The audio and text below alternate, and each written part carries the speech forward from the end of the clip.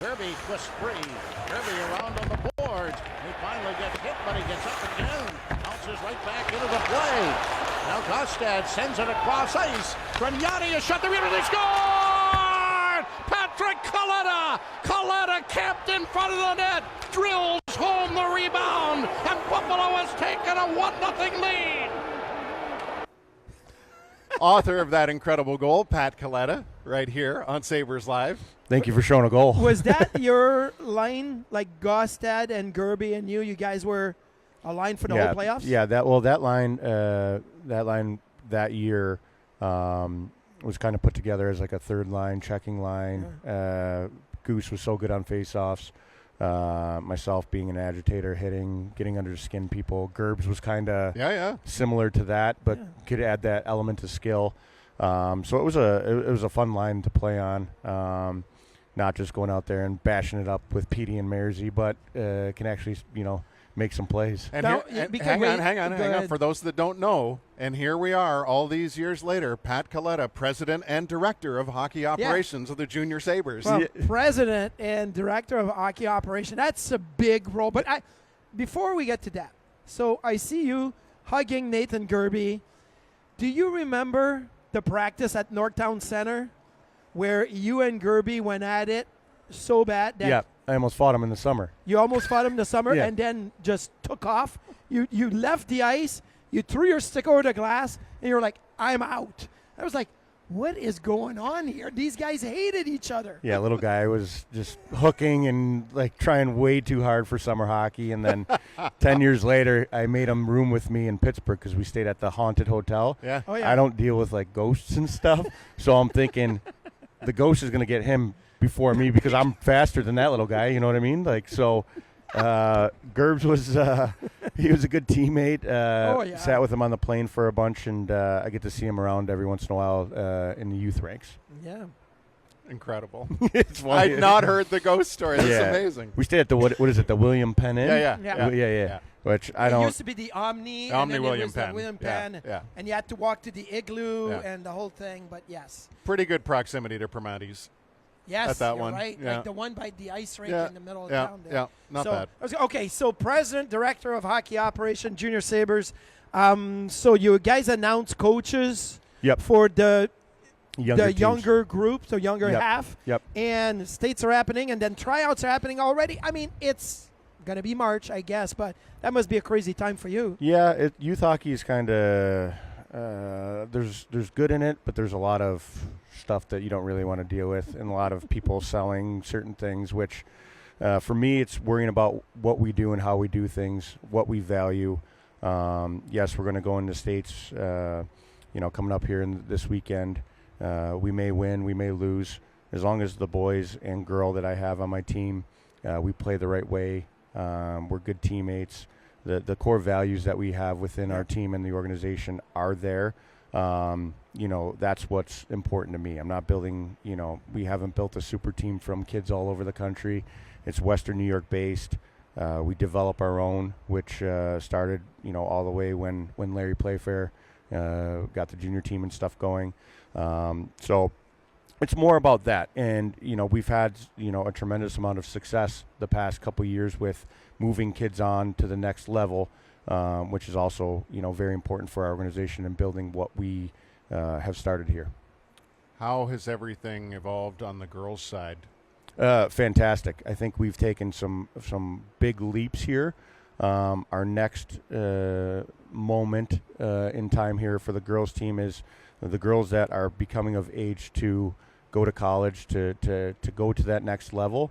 Mm-hmm. It's getting them committed and getting them to where they want to go, and I think everything else will follow suit. So it's too early to have a whole bunch of immediate reaction, but seriously, how exciting is it to be in your position, having seen what we just saw from the women and the men at the Olympics? It's amazing because you factor in learn to play, right? Which I've done for I think 10 years now, and we haven't made the playoffs, or hockey hasn't been on this stage where we win gold. You have the Junior Sabres here, which it's been consistent, but hockey hasn't been as pumped up as it is right now. And that's Sabres, that's USA. So I'm really excited to kind of see where it goes from here and how, the learn to play grows, how hockey grows in the area, boys and girls. So it's an exciting time for my youth stuff. And then for Sabre stuff, for me, I think you can attest to this as well. I want the guys in that locker room to experience Buffalo the way we sort of experienced it. That's why we led with your playoff goal. I mean, we could have chose a million fights, which would have got them fired up too, but that's the whole point of it, right? Yes, and you know how Buffalo gets, a bad rap here. It's always cold, blah, blah, blah, all that BS that is thrown around. When you can accomplish something like the playoffs and the Sabres are knocking on the doorstep, it is the best place to play in the NHL, in my opinion. I'm also from here, but it's the Bills, it's the Sabres. And if both of those teams are going, I want those guys in the locker room to experience Buffalo like that.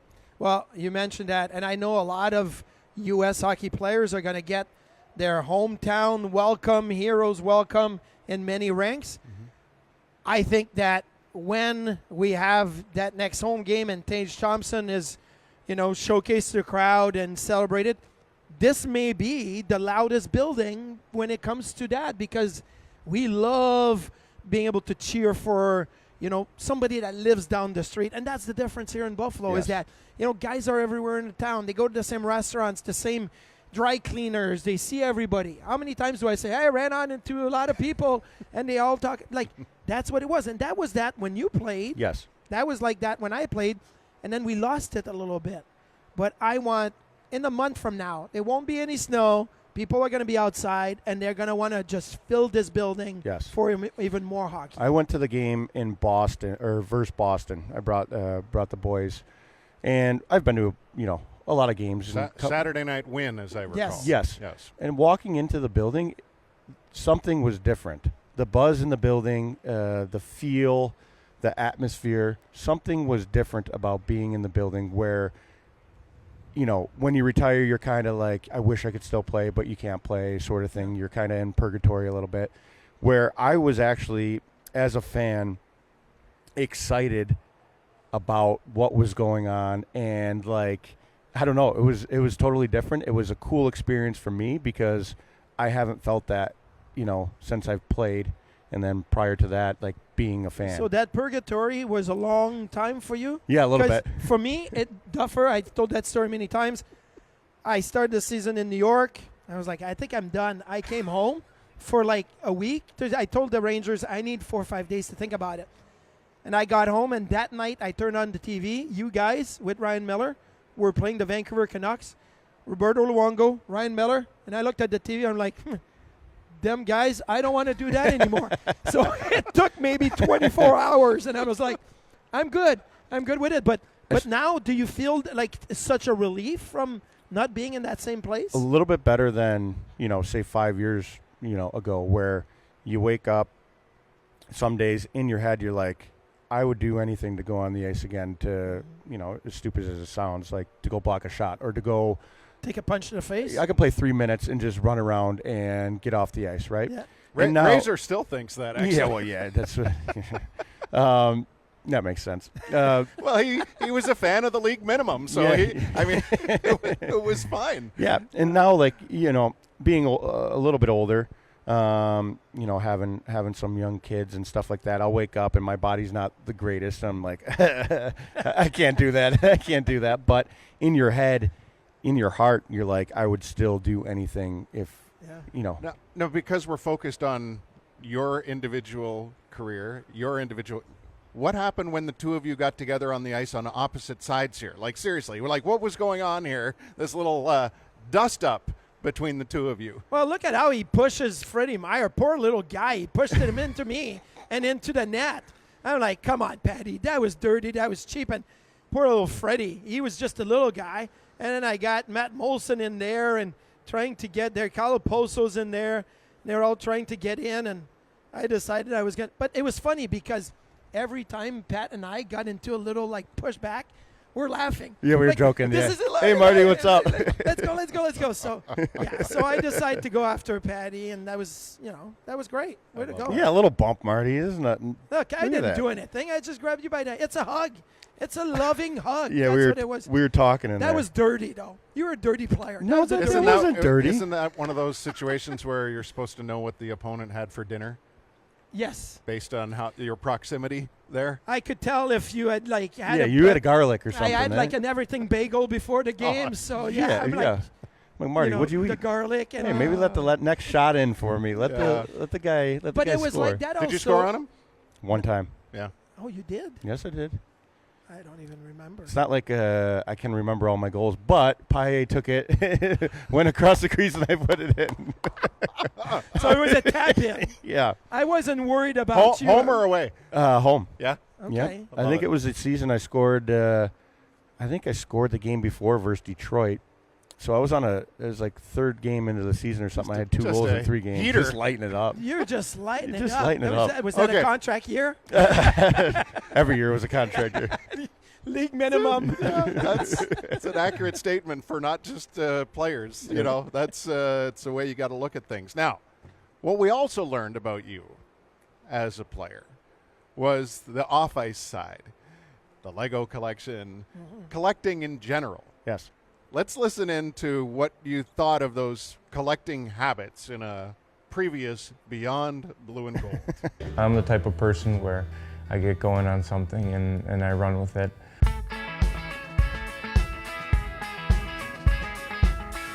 I've been called a collector, I've been called a hoarder, by my mom actually. This is the start of my Lego collection. These are actually individual ones. You can go everything from Bridge to the Taj Mahal, which is my most prestigious Lego, I'd say. Incredibly, I was in the room when we were doing this. Was like my early Yeah, that years was- with the team, and was a long time I ago. was over at your place seeing this collection. So the question is, collector or hoarder? All these years later, what are you? Collector. How do By you the way, my- move? my How new- do you move that? Well, Like you go from an apartment to a house or to not, and then you have to move that whole thing collection. yeah, so I just moved, right? Yes. And I had to, so I downsized my Lego collection, but I still have, my new Lego room is pretty sick, by the way. But I put on the 4-ways, and I was going 5 miles an hour down McKinley Parkway. You did Oh, yeah. not. Oh, yeah. Oh, yeah. So nothing would shake, nothing Nope, would nothing move? would shake. So nothing is glued, like you didn't spray it and glue it? Amazing. No. Oh. So do you still have the card collection, or is it just the Lego no, I collection? do Legos, I do cards. My jersey collection has expanded Yeah. a bunch because I love the authentic stuff. And Will there be rooms in your house for your children to have such luxuries, or are you taking up all the square footage? Did Maddie message in here? no, or, not yet. or- But I'm. Nope, not yet. So yes, we just we completed our basement, and that was a sticking point. Was we have kids. We have another kid coming along the way here in May. Where are they going to play? And I said, we'll worry about it when they come. Oh my! You did not. Yeah. Oh, so wow. we got the Lego room, and Is there a lock on the door? no, but there will be. There will be. The first thing you know is you're just like I did with my dad's card collection. Yeah. He came home from working a 10-hour shift construction, and I'm in the middle of the family room floor, and I got his hockey cards, and I'm playing hockey with the cards, Oh no. and they're all being scratched up or whatever. One day you're going to come in, and Well. maybe the Taj Mahal is going to be in. Well, it's been cool because my son Cooper, who's 9 now, he's kind of starting to get into that stuff a little bit. My sister-in-law's boyfriend plays in the MLB, Yep. so we kind of follow him and look at his cards, and he gave him a home run ball and all that kind of stuff. So it's cool to see for me that Coop is starting to get into that stuff. Hopefully not to my magnitude, but it's cool to do that and have a bond with him doing that stuff. You know what's funny is that my kids are a little older, so it's kind of like different age group, but still, like when we did the Ryan Miller charity event, it was so funny to see like a bunch of the younger kids, like Coop and whatever, and how they don't know each other really that well, but they spend a whole night playing video games, hanging out together. I'm like, this is like us in the locker room, first training camp. I don't know you. You're coming in. You're like, it clicks right away and it works. And the same thing for our kids. Like, it's awesome. Yeah, it's pretty cool to see. Having little Kaleta, little Peters, and little Miller just ripping around the catwalk. Could be some trouble in the future was there. Was Coop but the youngest of the three? Yes. Yeah, because Bodie and lasting message you want to leave for our audience today, just on the Junior Sabres and just how families can get involved, anything with Learn to Play, all of that. I mean, I just think Wally told me to plug the Junior A playoffs. He said there's good seats still available. Right. Good seats still available. Right across at Lee like Harbor Center. Yeah, I feel like I'm at Slapshot. Good seats still available, but no, just in general. Dave Carr. I think just overall, it's a very exciting time for hockey, especially in Buffalo with our team, USA winning. With Junior Sabres, I talk about the values of what I expect from our teams and kind of what I expect from our coaching staffs and players.